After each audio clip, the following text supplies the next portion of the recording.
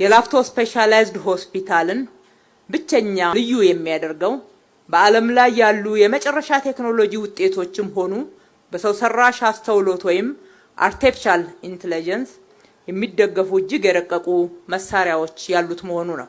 ይህ ማለት በሆስፒታሉ ውስጥ ሁሉም አገልጋዮች ወይም ደግሞ ስፔሻላይዝድ ያደረጉ ባለሙያዎች ያስፈልጉናል ማለት አይደለም።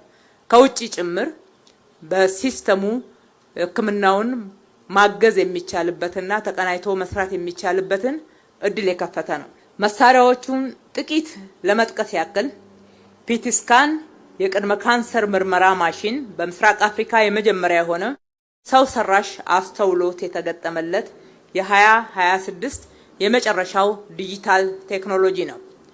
ሁለተኛው በኢትዮጵያ የመጀመሪያ የሆነ 3 ቴስላ ኤምአርአይ ሂሊየም ትነትን ሙሉ በሙሉ የሚያስቀር ድንቅ መሳሪያ የተገጠመለት መሆኑ ነው። ሶስተኛው ሲቲ ስካን 640 ስላይድ ልብ ለአንድ ጊዜ ምታት ሳትጨርስ ሙሉ ምርመራ በማድረግ ፈጣን ምርመራ የሚያደርግ ቴክኖሎጂ የተገጠመ መሆኑ ነው። በሌላ በኩል የልብና የደም ስር ላቦራቶሪ ወይም ካት ላብ የሚባለው በቀጭን ደም ስር በመግባት የልብና የአንጎል ደም ስሮችን በአጭር ጊዜ በመመርመርና በማከም በድምጽ ጭምር የሚታዘዝ የዘመኑ የመጨረሻው ቴክኖሎጂ መሳሪያ ማስገባታችን ነው። ሌላው 3D ማሞግራፊ የጡት ካንሰር በቅድሚያ ለመመርመርና በሁሉም አቅጣጫ የናሙና ምርመራ ለመውሰድ የሚያስችል የረቀቀ መሳሪያንም ማስገባትና የሆስፒታል ግብአት ማድረግ ችለናል። እንዲሁም ሮቦቲክስ ላቦራቶሪ ሙሉ በሙሉ ከሰው እጅ ንክኪ ነፃ የሆነ የሰውን ስህተት በማስቀረት ፈጣን ጥራቱን የጠበቀ ውጤት የሚሰጥ በሀገራችን የመጀመሪያው የላቦራቶሪ ስርዓትን እውን ማድረግ የቻልንበት ነው። ከዚህም ባሻገር ዘመኑ የደረሰበትን የመጨረሻ ቴክኖሎጂ ውጤት የሆኑ የአልትራሳውንድ የዲጂታል ኤክስሬይ ማሽኖችም ተገጥመውለታል።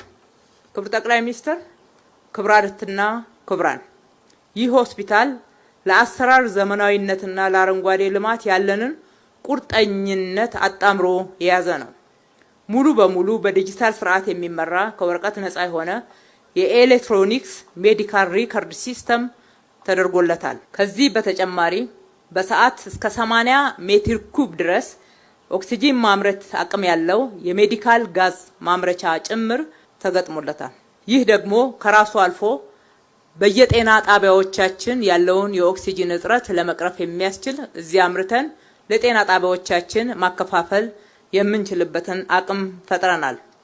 በብዙ ሆስፒታሎች የሚያጋጥመውን የኢንፌክሽንና መሰል ችግሮችን ለማስቀረት የሆስፒታሉ ግድግዳዎችና ወለሎች አንቲባክቴሪያል በሆኑ እቃዎች የተገጠሙ ናቸው።